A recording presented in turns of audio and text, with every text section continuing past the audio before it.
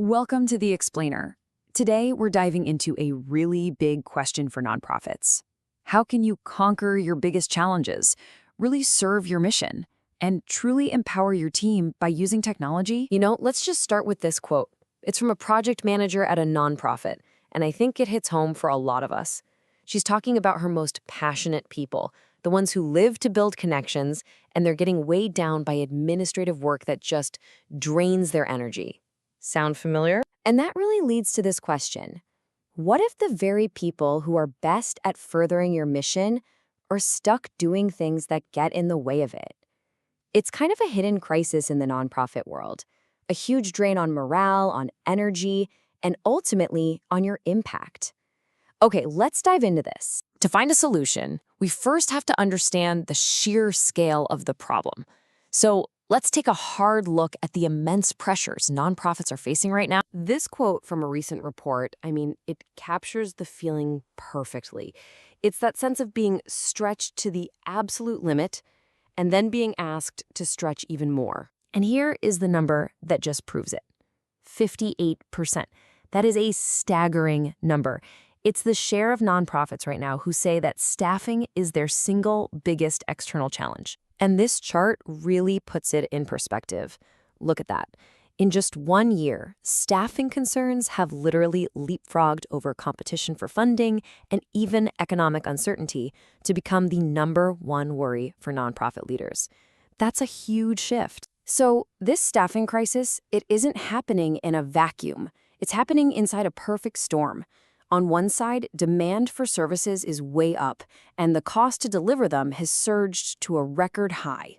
But at the exact same time, traditional funding from government and corporate sources is drying up. And this quote brings it all down to the human level, doesn't it? It's the painful reality behind the data. You pour your resources into your people, you train them, you get them up to speed, and then you have to watch them leave for a better paying job.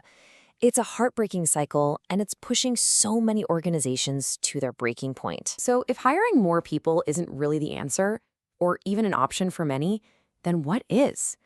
Well, the solution might actually lie in a completely new approach to the work itself. When we look at the biggest internal challenges, the things happening inside the organization, it's the same story year after year. A lack of process automation, a reliance on manual, time-sucking reporting.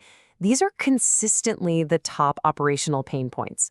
It's the daily grind. And this, right here, is the core transformation we're talking about.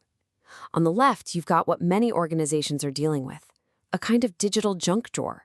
It's chaotic, it's manual, things are disconnected. The goal is to move to the image on the right, that clean, integrated dashboard where technology brings clarity and control. So this new way of working, it's all powered by a modern toolkit.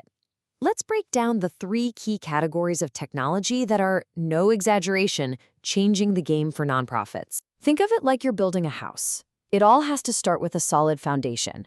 For a modern nonprofit, that foundation is a customer relationship management system, or CRM.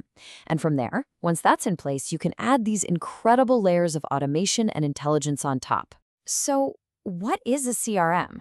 Well, think of it as your digital relationship builder. It's a central hub for all your data, all your interactions, making everything organized and super easy to find.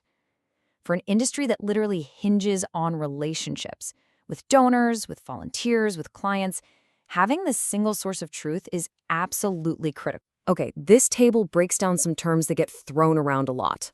At the most basic level, you've got automation. This is just a computer following rules that a person wrote. Simple. Find the word satisfied. Then you have artificial intelligence, or AI. Now, things get interesting.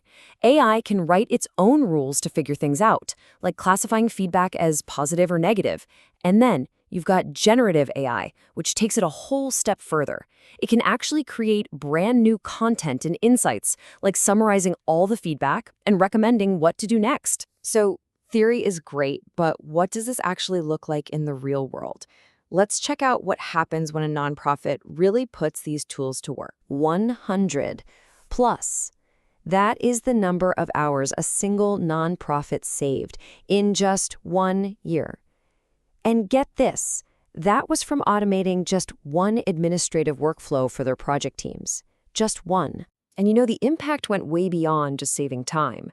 The project manager from that case study, she told us her team was just happier. They were thrilled. They were finally free from those tedious tasks they hated, and they could focus all their energy on the relationship-building work they were actually passionate about. I love this analogy because it captures the promise perfectly. Technology isn't here to replace your team, it's here to accelerate them. It's like it builds 80% of the house for you so your people can focus their unique human energy on those crucial finishing touches that only they can provide. The return on investment for that reclaimed time is just immense. It's not just about efficiency. It leads to happier, more fulfilled teams, more capacity for strategic work, and real consistency in your processes. As one user on Reddit put it, automation reduced their direct data entry down to just 30 minutes a week. Seriously, think about that. What could you and your team do with all that time back? Okay, this all sounds great, but where do you even begin? Let's look at a really practical, step-by-step path to bringing automation into your own organization. First things first, before you can automate anything, you have to get organized. Remember that messy junk drawer from before? Well, you simply cannot automate a messy, inconsistent process. A computer needs clear, consistent rules to follow. Garbage in, garbage out. So this readiness check really comes down to these simple questions. Ask yourself, is our data recorded the same way every time? Is it grouped logically? Are our processes based on clear, documented rules that everyone understands? If the answer to any of these is no or kinda, then your first step isn't buying new software. It's getting your house in order. You can only automate what you truly understand. Okay, once you're organized, then you can follow this 5-step path to choosing the right tool. First, decide what you actually need it to do. Second, figure out your real budget. Third, and this is a big one, make sure it plays nice with your existing tech. Fourth, be honest about what your team has the capacity to learn and manage. And finally, and maybe most importantly, talk to other nonprofits. Get their real-world advice. And we'll end right here with this thought. By embracing technology, you're not just saving time on a few tedious tasks.